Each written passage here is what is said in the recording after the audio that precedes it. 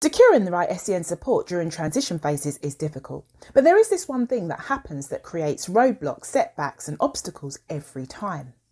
Whether that's when a child moves from early years to school to primary to secondary or on to post-16, what you want is a peaceful transition where your child has structure and routine to feel comfortable to move on to the next phase of their education or life development, where the support is in place for them to thrive. But what happens when it's uncertain where your child will go, what educational setting they'll be in, or what support they will receive? And there's a short window of time until the next phase of their education begins.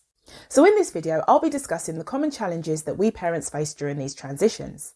I will explore the main issues that make these transitions difficult and how these challenges can affect our children's ability to thrive and progress smoothly throughout their educational journey. And finally, I'll share why it's important for us parents to step up to advocate for our children when things don't go as planned, ensuring that they receive the support that they need to succeed. My name is Brenda and I'm a parent mentor and a fellow parent. I support parents raising children with individual needs and differences to stay empowered whilst they navigate through procedural challenges. And as a parent on this special educational needs journey, I know firsthand how these pivotal moments during times of transitions are very significant. When as a parent, you are trying to eliminate the likelihood of any stress and anxiety or behavioural issues from coming up.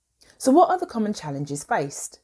This is when it becomes clear that your child requires specific support that may have been adequate during their early years or primary school. However, as they move through their education, it becomes evident that the support that they will need moving forward will be different. And you may be wondering how to ensure a smooth transition. Perhaps you've identified a suitable school, but have encountered setbacks where schools may politely decline, or they might be full, leaving you with the message that your child is ineligible. And according to IPSA, common challenges that may occur is when an EHCP is outdated, or there's a refusal to amend the EHCP in a timely manner, or perhaps there's been withheld information, or that there is a name of the type of school but not specific information, or that they refuse to name a specific school. Not having information required at a specific time is detaining information, in my opinion, which brings me on to what is the main issue that creates problems during times of transition. Not having vital information during times of need. Call it what you want. Detaining information, withholding information.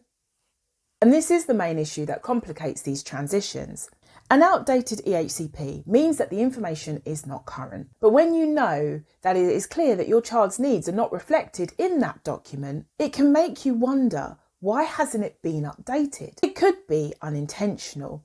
Maybe it's out of date due to oversight or a lack of communication. Either way, the information is not available. A big bugbear of mine was when my child's EHCP was sent by the SEN code to the local authority, but it still came back outdated. So where I'm leaving the annual review meeting feeling that everything is intact and everything is running smoothly, and when I see the draft copy, I see a clear representation of what was discussed. But for some reason, going from the meeting to going back to the local authority and then coming back again, the information is still the same. I mean, like everything, there will be a reason why this would be the case. But at the same time, the right information is not available at the right time to allow my son to experience progress that he needed. Situations like these are exhausting. And this is where staying empowered to advocate for their needs to be reflected in real time is important, as this has a significant impact on opportunities moving forward, where this brings me on to what impact this has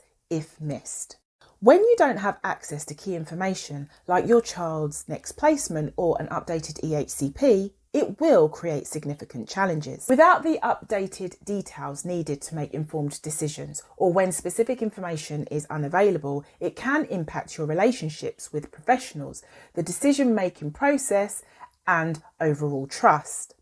You don't want to start off on the wrong foot, and it's important for your child to have a positive beginning in their new school. And if these gaps are overlooked, it can lead to feelings of insecurity, frustration or confusion for your child as they are left in the dark about their future.